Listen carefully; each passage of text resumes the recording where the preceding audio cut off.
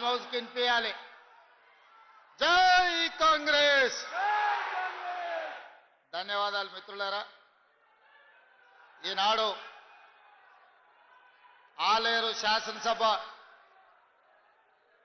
నియోజకవర్గ అభివృద్ధి కార్యక్రమాలకు శంకుస్థాపన చేయడానికి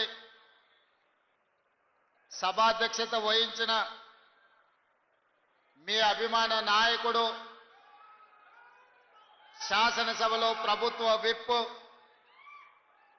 బీర్ల ఐలయ్య గారు ఈరోజు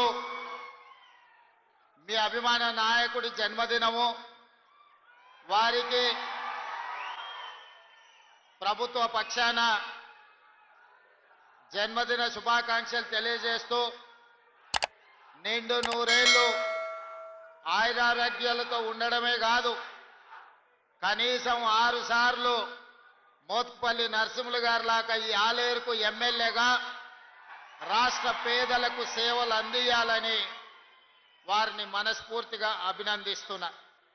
మిత్రులారా, ఈరోజు ఈ కార్యక్రమానికి నాతో పాటు ముఖ్య అతిథులుగా శాసన మండలి చైర్మన్ గుత్తా సుఖేందర్ రెడ్డి గారిని, జిల్లా ఇన్ఛార్జ్ మంత్రివర్యులు తుమ్మల నాగేశ్వరరావు గారిని, అదేవిధంగా ఈనాడు అభివృద్ధి కార్యక్రమంలో క్రియాశీలక పాత్ర పోషిస్తున్న మిత్రులు పెద్దలు ఉత్తమ్ కుమార్ రెడ్డి గారిని, అదేవిధంగా ఈ ప్రాంతంలో శాసనసభ్యుడిగా, పార్లమెంట్ సభ్యుడిగా, తెలంగాణ ఉద్యమకారుడిగా పనిచేసి రాష్ట్రాన్ని సాధించడంలో క్రియాశీలక పాత్ర పోషించిన మిత్రులు పెద్దలు కోమటిరెడ్డి వెంకటరెడ్డి గారు, అదేవిధంగా మా సోదరుడు మహబూబ్ నగర్ జిల్లా ఇన్ఛార్జి మంత్రివర్యులు దామోదర్ రాజ నరసింహ గారు, అదేవిధంగా రెవెన్యూ శాఖ మంత్రులు పొంగులేటి శ్రీనివాసరెడ్డి గారు, మా సోదరిమణి అక్క సీతక్క గారు, అదేవిధంగా స్థానిక పార్లమెంట్ సభ్యులు చామల కిరణ్ గారు, అదేవిధంగా శాసన మండలి సభ్యులు తీన్మార్ మల్లన్న గారు, శాసన మండలి సభ్యులు శ్రీపాల్ రెడ్డి గారు, అదేవిధంగా శాసన మండలి సభ్యులు శంకర్ నాయక్ గారు, అదేవిధంగా శాసన సభ్యులు మాజీ పార్లమెంట్ సభ్యులు ఈరోజు చామల కిరణ్ భువనగిరి పార్లమెంటు తరఫున పార్లమెంటులో ఢిల్లీ స్థాయిలో గలం వినిపిస్తున్నాడంటే ఆనాడు ఈ గెలుపు చామల కిరణ్ది కాదు, ఈ గెలుపు ఈ బాధ్యత నాది అని భుజాల మీద వేసుకొని ఈరోజు భువనగిరి పార్లమెంట్ గెలుపులో క్రియాశీలక పాత్ర పోషించిన కోమటిరెడ్డి రాజగోపాల్ రెడ్డి గారు, అదేవిధంగా కుంభం అనిల్ రెడ్డి గారు, మందుల శామ్యుల్ గారు, మిత్రులు వేముల వీరేశం గారు, అదేవిధంగా వేదిక మీద ఉన్న వివిధ కార్పొరేషన్ల చైర్మన్లు, కాంగ్రెస్ పార్టీకి పునాదులైన నాయకులు, ప్రభుత్వ ఉన్నతాధికారులు, జిల్లా కలెక్టర్ గారు ఈరోజు ఇంత పెద్ద ఎత్తున ఇక్కడికి విచ్చేసి ఈ అభివృద్ధి కార్యక్రమంలో పాల్గొని ఈనాడు ఆలేరు శాసనసభ నియోజకవర్గ అభివృద్ధిలో భాగస్వాములమై మేము బీర్ల ఐలయ్యకు అండగా నిలబడతామని వేలాది మంది కాంగ్రెస్ పార్టీ కార్యకర్తలే కాదు, మా ఆడబిడ్డలు వేలాదిగా తరలి వచ్చి ఈనాడు జన్మదినం సందర్భంగా బీర్ల ఐలయ్యను, అదేవిధంగా తెలంగాణ రాష్ట్ర ముఖ్యమంత్రిగా నన్ను ఆశీర్వదించడానికి విచ్చేసిన మా ఆడబిడ్డలకు ప్రత్యేకంగా మనస్ఫూర్తిగా నేను ధన్యవాదాలు, కృతజ్ఞతలు తెలియజేస్తున్న మిత్రులారా, మీకందరికీ తెలుసు యాదగిరిగుట్ట లక్ష్మీ నరసింహస్వామి శక్తి ఏందో, వారి మహత్యం ఏందో. ఆనాడు యాదగిరిగుట్ట లక్ష్మీ నరసింహస్వామి ఆశీర్వాదంతో తెలంగాణ రాష్ట్రంలో ఎన్నికలకు మేము వెళ్ళి ఖచ్చితంగా ఈసారి తెలంగాణ రాష్ట్రంలో ప్రజాప్రభుత్వాన్ని ఏర్పాటు చేసి ప్రజలకు మేలు జరిగే విధంగా సంక్షేమ కార్యక్రమాలతో పాటు తెలంగాణ రాష్ట్రాన్ని అభివృద్ధి పదం వైపు నడిపిస్తామని చెప్పినాం. ఇదే కాదు, ఆనాడు ఎన్నికల సందర్భంగా నేను ఒక మాట చెప్పిన, మన గ్రామాన తండాలలో, గూడాలలో, మారుమూల పల్లెల్లో పేదలు భక్తిగా పిలుచుకునే పేరు యాదగిరిగుట్ట లక్ష్మీ నరసింహస్వామి. కానీ ఆనాడు ఆయనకు ఏం ఆలోచన వచ్చిందో తరతరాలుగా మన తాతలు ముత్తాతలు యాదగిరి గుట్ట అని పిలుచుకుంటే దాన్ని వారు వచ్చి యాదాద్రి అని చెప్పి పేరు మార్చింది. కానీ ఆనాడు ఎన్నికల సందర్భంగానే నేను చెప్పిన మళ్ళీ ఇందిరమ్మ రాజ్యం వస్తుంది, యాదాద్రి కాస్త యాదగిరి గుట్ట అవుతుంది, గుట్ట మీద నిద్రపోయి భక్తుల కోరికలు తీర్చుకునే విధంగా గుట్టను తీర్చిదిద్దుతామని చెప్పినాం.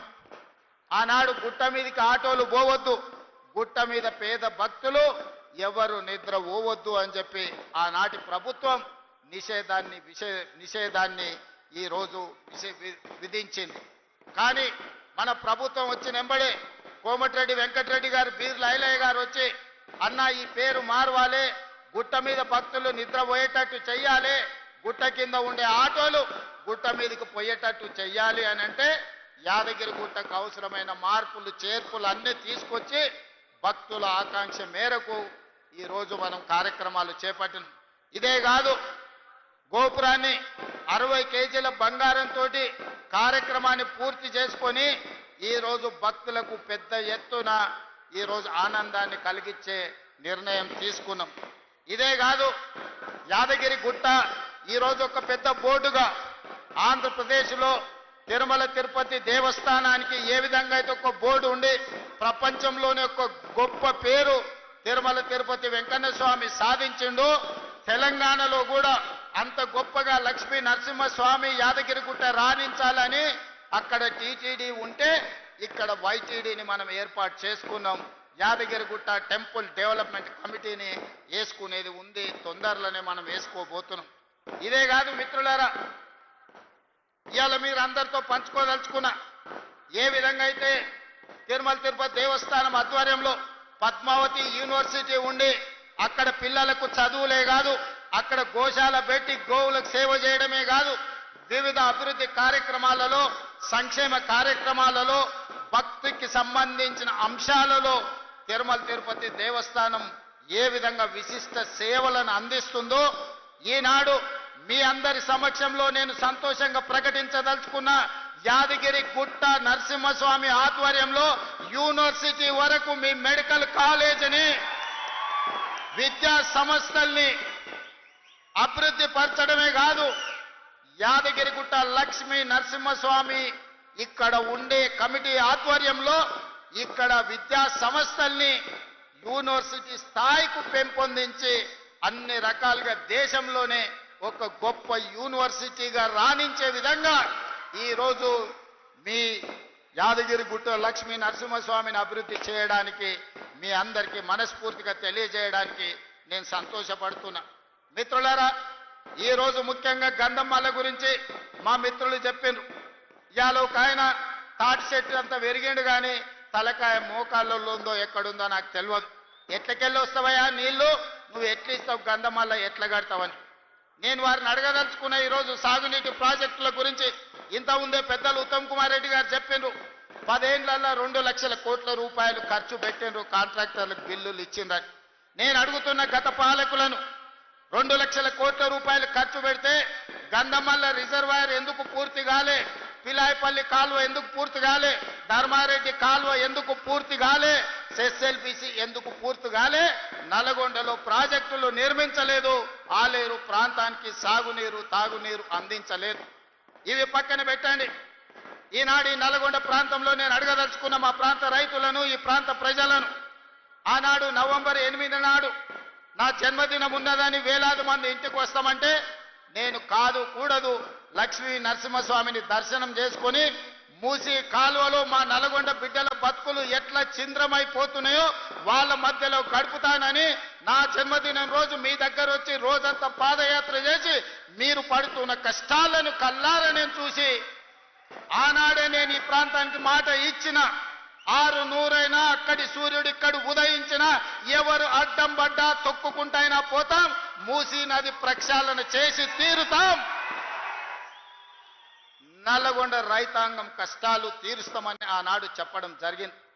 నేను అడుగుతున్న మిత్రులారా, ఈ వేదిక మీద నుంచి బీజేపీ బీఆర్ఎస్ నాయకులను, గుజరాత్లో నరేంద్ర మోడీ సబర్మతి నది ప్రక్షాళన చేసుకున్నాడు, ఉత్తరప్రదేశ్లో యోగి గారు గంగా నది ప్రక్షాళన చేసుకున్నాడు.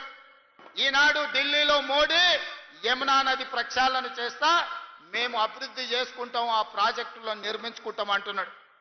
మరి నేను ఇవాళ అడుగుతున్న బీజేపీ బీఆర్ఎస్ వాళ్ళను, నరేంద్ర మోడీ సబర్మతి నది కట్టుకోవచ్చు, యోగి గంగా నది కట్టుకోవచ్చు, ఢిల్లీలో యమునా నది మీరు ప్రక్షాళన చేసుకోవచ్చు. మరి తెలంగాణ ప్రజలు ముఖ్యంగా నల్గొండ బిడ్డలు మూసీ నది ప్రక్షాళన ఎందుకు చేసుకోకూడదు? మూసీ మురికిలోనే మేము చావాలనా? మా ఆడబిడ్డలు, మా ఇతర ప్రాంతాల వాళ్ళు, నల్గొండ ఆలేరు భువనగిరి ప్రాంతాలకు ఆడపిల్లలు ఇవ్వాలంటే, వాళ్ళు తల్లులు కావాలంటే కష్టం ఉన్నది. ఆ ప్రాంతం విషపు నీళ్లు తాగితే బిడ్డలు పుట్టరు అనే ఒక పరిస్థితి, ఒక విషమ పరిస్థితి ఉంది. ఇవాళ మా ఆడబిడ్డలు కన్నీళ్లు పెట్టుకుంటుంటే ఈ బీఆర్ఎస్ బీజేపీ నాయకులకు కనిపిస్తలేదా? పుట్టబోయే బిడ్డలు కాలొంకరనో కన్నొంకరనో లేకపోతే బలహీనతలతోని బలహీనంగా పుడితే ఆ పాపం, ఆ ఉసురు మీకు తలగదా అని చెప్పి బీజేపీ బీఆర్ఎస్ నాయకులను అడుగుతున్నానే. మిత్రులారా, నేనేం ఎర్రవల్లిలో మీ ఫామ్ హౌస్ గుంజుకుంటా అనలే, మోయినాబాద్ ఫామ్ హౌస్ను ఆక్రమించుకుంటా అనలే, జన్వాడలో మీ ఫామ్ హౌస్లో జెండా వాతుతాను నేను అనలే. ఏమన్నా మా నల్గొండ రైతుల కష్టాలను తీర్వాలి, నల్గొండలో ఉండే లక్షలాది ప్రజలకు మేలు జరగాలి, నల్గొండలో వేలాది ఎకరాలకు నీళ్లను అందించాలి, మూసీ నది ప్రక్షాళన చేసుకుంటాం, గోదావరి జలాలతో మూసీ నదిని నింపుతామని మేము ప్రయత్నం చేస్తే మీరు అడ్డం పడి హైదరాబాద్లో మూసీ పక్కన ఉన్న పేదోళ్ళ ఇండ్లు కూలగొడుతుందని విష ప్రచారం చేశారు. నేను అడిగిన ఆనాడు వాళ్ళని అసెంబ్లీలో, మూసీ నది పక్కన ఉన్నోళ్ళు ఎవరు? మా పాలమూరు నుంచి వచ్చిన వాళ్ళు, మా దేవరకొండ నుంచి వచ్చిన వాళ్ళు, మా మిర్యాలగూడ ప్రాంతం నుంచి వచ్చిన వాళ్ళు, లేకపోతే మా మునుగోడు ప్రాంతం నుంచి వచ్చిన వాళ్ళే మూసీ నది పక్కన ఉన్నారు. వాళ్ళందరికీ అవసరమైతే 1000 ఎకరాలలో మంచి ఇల్లు కట్టిద్దాము, ఇందిరమ్మ ఇల్లు కట్టిద్దాం, తలా 120 గజాల ప్లాట్ ఇద్దాం, ఏం కావాలన్నా వాళ్ళని ఆదుకుందాం, మంచి పాఠశాల పెడతాం, మంచి కాలేజీ పెడతాం, వాళ్ళ పిల్లల్ని ఆదుకుందాం, వాళ్ళ జీవితాలలో వెలుగు నింపుదాం. అవసరమైతే 1000-2000 కోట్లు ఖర్చైనా ఆ మూసీ నది ఒడ్డున ఉన్న పేదలకు ఖర్చు పెడదామన్నాం. కానీ ఎవరు ముందుకు రాలే. మీరు ఇవ్వండి సలహాలని అడిగినాం, వాళ్ళకి మేలు ఎట్లా చేయాలనో చెప్పండి అన్నాం. కానీ వాళ్ళకి అది ఇష్టం లేదు. మూసీ కట్టొద్దు, నల్గొండ రైతులు బాగుపడొద్దు అనే ఒక విషపు ఆలోచనతోటి మూసీ నది ప్రక్షాళనని ఈరోజు అడ్డుకునే ప్రయత్నం చేస్తున్నారు. అందుకే మిత్రులారా, ఎవరేమైనా అనుకోని నల్గొండ జిల్లాలో ఉన్న 12 అసెంబ్లీలో 11 గెలిపించారు, 2 పార్లమెంట్లను గెలిపించారు. ఎవరు కూడా 50,000కు తక్కువ మెజారిటీ రాకుంటే గెలిపించారు. 50,000 రూపాయలు జేబులో లేని మందుల శామెల్ 50,000 ఓట్ల మెజారిటీతోని ఈనాడు మీ ప్రాంతంలో ఎమ్మెల్యేగా గెలిపించిండంటే నల్గొండ ప్రజలు ఎంత చైతన్యవంతులో మీరు ఒక్కసారి ఆలోచన చేయండి. తెలంగాణ ప్రజలకు నేను చెప్పదలుచుకున్నా, నల్గొండ గడ్డ చైతన్యానికి మారుపేరు. ఈ ప్రాంతం సర్దార్ సర్వాయి పాపన్న గౌడు ఏలిన ప్రాంతం, ఈ ప్రాంతం దొడ్డి కొమరయ్య పోరాటం చేసిన ప్రాంతం, ఈ ప్రాంతం చాకలి ఐలమ్మ స్ఫూర్తి తీసుకున్న ప్రాంతం, ఈ ప్రాంతం రావి నారాయణ రెడ్డి, ఆరుట్ల కమలాదేవి, ఆరుట్ల రామచంద్రారెడ్డి, బిఎన్ రెడ్డిలు ధర్మ భిక్షంలు ఈ గడ్డ మీద నుంచి కొట్లాడిన ప్రాంతం. ఈ ప్రాంతం కొండా లక్ష్మణ్ బాపూజీ ఆనాడు తొలి తెలంగాణ ఉద్యమంలో మంత్రి పదవిని కాగితం ఇసిరేసి తెలంగాణ రాష్ట్రం వచ్చే వరకు పదవి తీసుకోనని త్యాగాలకు మారుపేరైన కొండా లక్ష్మణ్ బాపూజీ ప్రాతినిధ్యం వహించిన భువనగిరి ప్రాంతం ఈ నల్గొండ ప్రాంతం. మళ్ళీ తెలంగాణ ఉద్యమంలో తెలంగాణ కోసం రాజీనామా చేసి మళ్ళీ తెలంగాణ రాష్ట్రంలోనే మంత్రి పదవి చేపట్టిన కోమటిరెడ్డి వెంకటరెడ్డి ప్రాతినిధ్యం వహిస్తున్న ప్రాంతం. ఇవాళ నాడు భూమి కోసం, భుక్తి కోసం, విముక్తి కోసం సాయుధ రైతాంగ పోరాటంలో తుపాకులెత్తిన గడ్డనే కాదు, ఈ ప్రాంతంలో భూదాన ఉద్యమంలో వందలాది ఎకరాలను పేదలకు పంచిపెట్టిన మీ ఈరోజు భూదాన్ రామచంద్రారెడ్డి కూడా ఈ గడ్డ మీద నుంచే వేలాది ఎకరాల భూములను పేదలకు పంచిపెట్టడానికి త్యాగం చేసిన వెదిరే రామచంద్రారెడ్డిది కూడా ఈ ప్రాంతమే అని చెప్పడానికి నేను గర్వపడుతున్నా. మిత్రులారా, ఇవాళ ఈ సమాజంలో ఉన్న మా ఆడబిడ్డలు కావచ్చు, మా సోదరులు కావచ్చు, ఇవాళ వాళ్ళకి చైతన్యం లేదా? వాళ్ళకి ఏం కావాలనో ఏం సాధించుకోవాలో వాళ్ళకి తెలియదా? ఎవడో ఎక్కడి నుంచో వచ్చి ఇక్కడ రెచ్చగొడితే ఇక్కడ ఉండే రైతులను, ఇక్కడ ఉండే పేదలను తప్పు దారి పట్టించి ఈ ప్రభుత్వం మీద బురద జల్లే ప్రయత్నం చేస్తే తిప్పికొట్టే శక్తి నల్గొండ జిల్లా రైతాంగానికి లేదా అని నేను అడుగుతున్నా. మిత్రులారా, నాడు నిజాం నవాబులనే దిగంతాలకు తరిమి కొట్టిన గడ్డ సాయుధ రైతాంగ పోరాటంలో నేలకు ఒరిగినా గాని తుపాకీని వదలకుండా పోరాటం చేసిన గడ్డ ఈ రోజు మనం స్వేచ్ఛను అనుభవిస్తున్నామంటే, ఈ రోజు ప్రజాస్వామిక రాష్ట్రంలో మనం ఈ రోజు మనుగడ సాధించినామంటే నల్గొండ ప్రాంతంలో జరిగిన సాయుధ రైతాంగ పోరాటమే ఈ రోజు మనకి స్వేచ్ఛనిచ్చింది. ఆనాటి సాయుధ రైతాంగ పోరాటాన్ని నిర్మించిన నల్గొండ జిల్లా ఈ రోజు చైతన్యం కోల్పోయింది అనుకుంటున్నారా, లేకపోతే నల్గొండ జిల్లాకు కావాల్సిన ప్రాజెక్టులను సాధించుకోలేరు అనుకుంటున్నారా గత పాలకులు అని చెప్పి నేను సందర్భంగా అడగదలుచుకున్నాను. మిత్రులారా, 10 సంవత్సరాలు 20 లక్షల కోట్లు వాళ్ళ దగ్గరకు వచ్చినాయి. 20 లక్షల కోట్ల రూపాయలు వాళ్ళ జేబుల్లో ఉంటే 2000 కోట్లతోని ఎస్ఎల్బీసీని ఎందుకు పూర్తి చేయలేదో అడగండి. ఇవాళ ఈ ప్రాంతంలో ఉన్న సాగునీటి ప్రాజెక్టులు ధర్మారెడ్డి కాలువ కావచ్చు, పిల్లాయిపల్లి కాలువ కావచ్చు, లేకపోతే గంధమల్ల కావచ్చు, ఏ ఒక్క ప్రాజెక్టు కూడా పూర్తి కాలేదు. 10 ఏళ్లలో ఇవాళ మనం పూర్తి చేయాలి అనుకుంటే కాళ్ళల్లో కట్టెబెట్టి కింద పడేయాలని చూస్తూ, ఇవాళ మీకు ఎందుకు మెడికల్ కాలేజ్ కట్టలేదు? ఇవాళ యాదగిరి గుట్ట మీద కాంట్రాక్టులు ఇచ్చి ఎవరికి మెక్కినరో ఇవాళ మీకు అందరికీ తెలుసు. నేను ఆరోపణలు చేయదలుచుకోలేదు, దేవుడిని వివాదాలకు రాజకీయాలకు లాగదలుచుకోలేదు. కానీ అది ఊరికే పోయిందా? యాదగిరిగుట్ట లక్ష్మీ నరసింహస్వామి దగ్గర జరిగిన అపచారానికి మూల్యం చెల్లించలేదా? మన ప్రభుత్వం ఏర్పడ్డ నాడే బొక్కవోర్ల పడి మక్కెలి ఇరగలేదా? మీకు తెలియదా? చేసిన పాపాలు ఎక్కడికి పోవు, మన ఎంబడే వస్తూనే ఉంటాయి నీడలాక. ఇవాళ పాపాలు చేసిండ్రు కాబట్టి మీ పరిస్థితి గట్లయింది. నేను అంటలేని మాట ఆ పార్టీ నాయకురాలే అన్నారు. ఏమన్నారు మిత్రులారా? మా పార్టీలో దయ్యాలు చేరనే. సొంతింటి బిడ్డ టీఆర్ఎస్లు ఉన్నోళ్ళు దయ్యాలని చెప్తుంటే సమాధానం చెప్పలేక దయ్యాల నాయకుడు ఫామ్ హౌస్ లో నిద్రపోతుండు. నేను అడుగుతున్నది బీఆర్ఎస్ కాదు, డిఆర్ఎస్. డిఆర్ఎస్ అంటే దయ్యాల రాజ్య సమితి. అది ఇయాల అది భారత రాష్ట్ర సమితి కాదు, అది దయ్యాల రాజ్య సమితి. అందుకే ఇవాళ ఈ వేదిక మీద నుంచి తెలంగాణ ప్రజలకు నేను మాట ఇస్తున్నా, అవి దయ్యాలు కాదు, కొరివి దయ్యాలను వాళ్ళని పొలిమేర్లు దాటే వరకు తరిమి కొట్టే బాధ్యత 4 కోట్ల తెలంగాణ ప్రజల తరఫున మీ సోదరుడిగా నేను ఆ బాధ్యత తీసుకుంటా. ఖచ్చితంగా ఈ కొరివి దయ్యాలను పొలిమేర్లు దాటే వరకు తరిమి కొట్టాలి. దాంట్లో మీ సహకారం ఉండాలి. నల్గొండ బిడ్డలు ముందు బాగానే నిలబడాలి అని చెప్పి నేను మా మిత్రులకు విజ్ఞప్తి చేస్తున్నా. ఇవాళ మిత్రులారా, నేను ప్రభుత్వ ఉద్యోగుల గురించి చర్చించినాం. ప్రభుత్వ ఉద్యోగుల సమస్యలు పరిష్కరించాలనే ప్రయత్నం చేసినాం.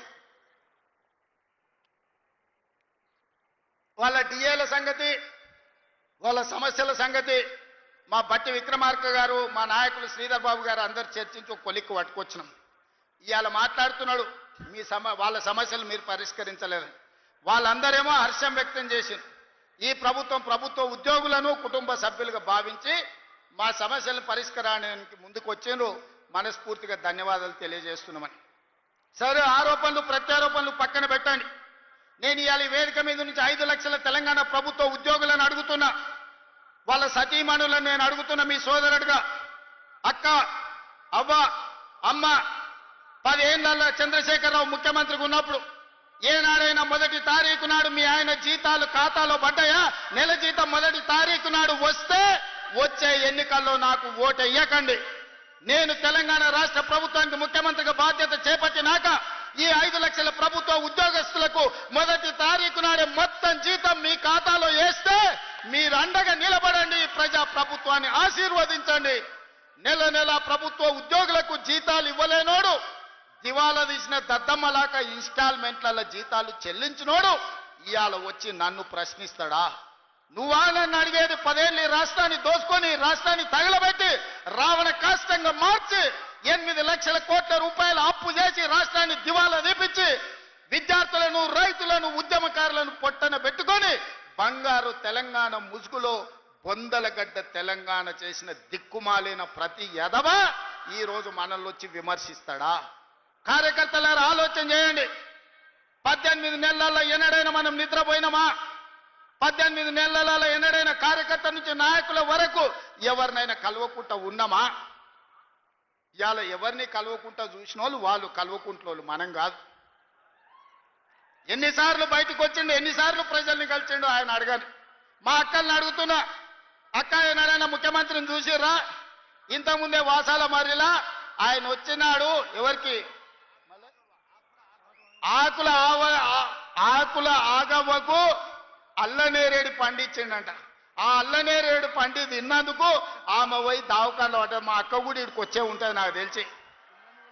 ఇవాళ వాసాల మరిలో ఇళ్ళని కూలగొట్టి శ్మశానం చేసి కూర్చున్నాడు. దాని ఆదర్శ గ్రామంగా తీర్చిదిద్దుతా అన్నాడు. మరి ఆ వాసాల మరి పరిస్థితి ఏముందో నాకైతే తెలియదు. కానీ మా చామలకీరను మా బీర్ల ఐలేను పోయి చూసిరమ్మంటున్నా. వాళ్ళకి ఆయన అన్యాయం చేసిపోతే న్యాయం చేసే బాధ్యత మన మీద ఉన్నది. వాళ్ళ ఉన్న ఇల్లు వీకి పందిరేసి, పందిరి కూడా కాదు, ఇల్లు వీకి మొత్తం ఎక్కడిదక్కడ చేసిపోయింది. వెనకటి కంటే పెద్దోళ్ళు చెప్పారు, పనిమంతుడు పందిరేస్తానంట కుక్కతోక తలిగి కూలిపోయిందంట. ఇవాళ వాసాల మరిలా ఈయన ఇట్ల గీసి అట్ల గీసి ఫామ్ హౌస్కి ఇట్లకెళ్ళ రోడ్ వేసుకోనికి అన్ని నక్కచిత్తుల వ్యవహారాలతోటి ఈరోజు ఎర్రవల్లి ఫామ్ హౌస్కి ఇక్కడి నుంచి రోడ్ వేసుకోనికే వాసాల మర్రిని మొత్తం కుప్ప కూర్చిపోయి శ్మశానం లాగా చేసిండు. మరి నాకైతే బాధ్యత ఉంది కదా.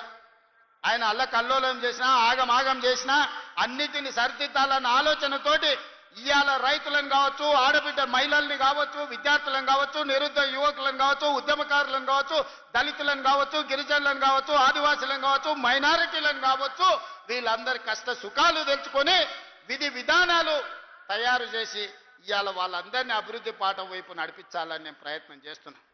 మిత్రులారా, నేను ఇవాళ సూటిగా అడుగుతున్న నిరుద్యోగ యువకులను, వచ్చిన మొదటి సంవత్సరంలోనే 60,000 ప్రభుత్వ ఉద్యోగ నియామకాలు చేపట్టి ఈ దేశంలోనే మొట్టమొదటి రాష్ట్రంగా తెలంగాణ రాష్ట్రం నిలబడ్డదా లేదా, 60,000 మందికి ఉద్యోగాలు ఇచ్చినమా లేదా ఎల్బీ స్టేడియం వేదికగా అని చెప్పి నిరుద్యోగ యువకులను అడుగుతున్నా. ఇవాళ ప్రైవేట్లో 3 లక్షల కోట్ల రూపాయలు పెట్టుబడి తెచ్చి ఇంజనీరింగ్ డాక్టర్లు చదువుకున్న మన తెలంగాణ విద్యార్థులకు ప్రైవేటులో 1,00,000 ఉద్యోగాలు ఇప్పించి ఇవాళ కుటుంబాలను ఆదుకునే ప్రయత్నం చేస్తున్నాం. ఇవాళ మీ ప్రాంతంలో young India integrated residential school 200 కోట్ల రూపాయలతోని నిర్మించడమే కాదు, రాష్ట్రంలో 100 నియోజకవర్గాలల్లో 20,000 కోట్ల రూపాయలతోటి బడుగు బలైన దళిత గిరిజన మైనారిటీ వర్గాలకు సంబంధించిన పిల్లలు ప్రతి దగ్గర 2,600 మంది కలిసి చదువుకునేటట్టు, కలిసి భోజనం చేసేటట్టు కార్పొరేట్ కాలేజీలను తలదన్నే విధంగా ఇవాళ పేదలకు విద్యను అందించడానికి మన ప్రభుత్వం ప్రణాళికలేసింది. ఇవాళ ఆలేరులో ఆ పాఠశాల ప్రారంభోత్సవం చేసుకున్న పనులను కట్టాలని, ఈ ప్రాంతంలో ఉండే బీసీ, ఎస్సీ, ఎస్టీ, మైనారిటీ పిల్లలందరూ కలిసి చదువుకోవాలి, సోదర భావం పెంపొందించాలని ఇవాళ మంజూరు చేయలేదా? అదేవిధంగా ఈరోజు మనకు స్పోర్ట్స్ విషయంలో మెడల్స్ రాకపోతే యంగ్ ఇండియా ఇంటిగ్రేటెడ్ స్పోర్ట్స్ యూనివర్సిటీతో పాటు అకాడమీని, స్కిల్ లేని వాళ్ళకి యంగ్ ఇండియా స్కిల్స్ యూనివర్సిటీని ప్రారంభించుకొని ఈరోజు ప్రపంచంతోనే పోటీ పడే విధంగా మన పిల్లల కోసం మనం బాగు చేసుకుంటలేమా?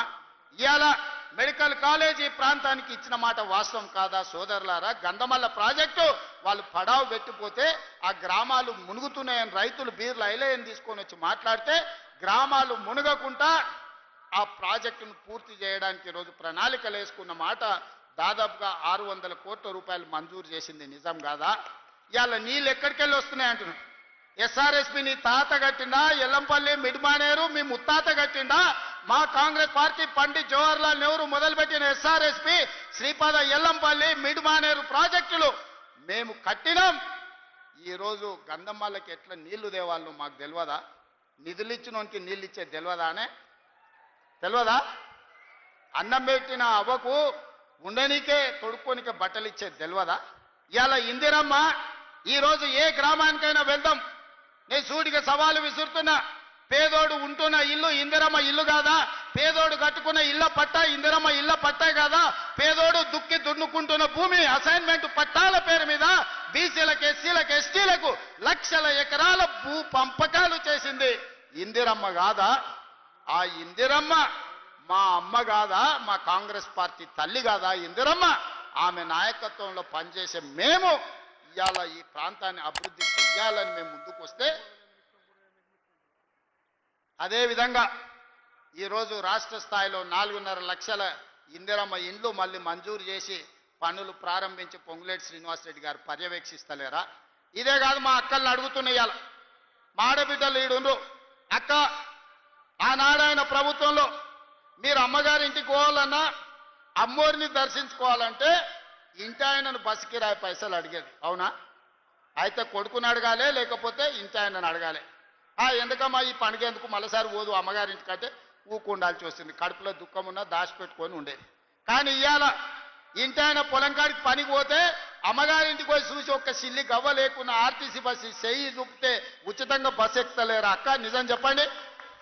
మా అక్కలు నేను అడుగుతున్నా, మీ తమ్ముడు ముఖ్యమంత్రి అయినాక తెలంగాణ రాష్ట్రంలో మీరు ఎవరైనా ఒక్క పైస పెట్టి టికెట్ కొన్నారా? ఆర్టీసీ బస్సు బాజాబ్తా ఇయ్యాల మీరు ఉచితంగా ప్రయాణం చేస్తలేరా? మా అక్కల్ని ఒక్కసారి ఆలోచన చేయమంటున్నా. అదేవిధంగా మా సంఘాల సభ్యులకు 21,000 కోట్ల రూపాయల బ్యాంకులో లింకేజ్ ఇచ్చినాం. మా సంఘాల సభ్యులు వ్యాపారం చేస్తారు. అదానీలు అంబానీలే కాదు, సోలార్ పవర్ విద్యుత్ ప్లాంట్లు 1000 మెగావాట్ల ప్లాంట్ ఈరోజు మా అక్కలకు పెత్తనం ఇచ్చింది. నిజం కాదా? ఆర్టీసీ బస్సులో ఉచిత ప్రయాణం కాదు, 600 బస్సులు వాళ్ళకిచ్చి అదే ఆర్టీసీకి కిరాయికి పెట్టి 600 బస్సులకు మా ఆడబిడ్డల్ని యజమానులను చేసింది. నిజం కాదా? ఇవాళ రిలయన్స్తో పోటీ వాడి పెట్రోల్ బంకులు మీరు పెట్టుకొని నిర్వహిస్తున్న మాట నిజం కాదా? ఇందిరా మహిళా శక్తి క్యాంటీన్లు ఈ రోజు రాష్ట్రం నలుమూలలో మీరు ప్రారంభించుకొని చేస్తున్న మాట నిజం కాదా? అమ్మ ఆదర్శ పాఠశాల పేరు మీద గ్రామాన కాంట్రాక్టర్ల చేతుల్లో పనులు పెడితే అవి తీసి మా ఆడబిడ్డల చేతులు పెట్టి అమ్మ ఆదర్శ పాఠశాల పేరు మీద పాఠశాలల నిర్వహణ మీ చేతిలో పెట్టలేదా? స్కూల్లో పిల్లలు బట్టలు కుట్టేది ఆనాడు పెద్ద పెద్ద కంపెనీలకు ఇస్తే ఈ రోజు మా ఆడబిడ్డలకు ఇచ్చిన మాట వాస్తవం కాదా? ఇవాళ మా అక్కల్ని ఆర్థికంగా నిలదొక్కునేలా చేసి 1 కోటి మంది ఆడబిడ్డల్ని కోటీశ్వరులను చెయ్యాలి. 10 ఏళ్లలో నా లక్ష్యం అదే. నా జీవితంలో 1 కోటి మంది ఆడబిడ్డల్ని కోటీశ్వరులను చేస్తా అని కంకణం కట్టుకొని బయలుదేరి మీకోసం కృషి చేస్తుంటే ఇవాళ మిమ్మల్ని చూసి ఏడుస్తున్నారు.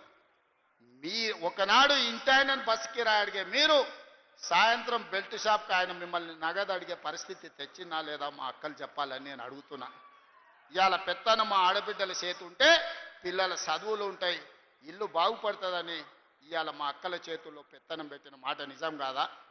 ఆనాడు అప్పుల్లో ఉండి 1,00,000 రుణమాఫీ చేస్తాని 10 ఏళ్ళు ముంచి రైతులను ఆగమాగం చేసి వేలాది మంది చచ్చిపోతే సంవత్సరం తిరిగే లోపు లక్ష్మీనరసింహస్వామిగా 25,55,964 మంది రైతులకు 20,617 కోట్ల రూపాయల రైతు రుణమాఫీ చేసి 2 లక్షల రూపాయల వరకు రైతులకు అప్పు విముక్తి కలిగించింది మన ప్రభుత్వం కాదా అని నేను అడుగుతున్నా. ఇవాళ రైతులకు ఉచిత కరెంటుతో పాటు ఆనాడు ఒరేసుకుంటే ఉరేసుకున్నట్టే ఆయన నాయకుడు అంటే వరి వేసుకోండి చివరి గింజ వరకు కొంటాం, అదే కాదు సన్న వడ్లు పండిస్తే 500 రూపాయల బోనస్ ఇస్తామని చెప్పి ప్రత్యేకంగా పర్యవేక్షించడానికి ఉత్తమ్ కుమార్ రెడ్డి గారి నాయకత్వంలో నిరంతరం ఓట్లు అమ్మిన 48 గంటల్లో మీ ఖాతాలో పైసలు వేస్తలేమా?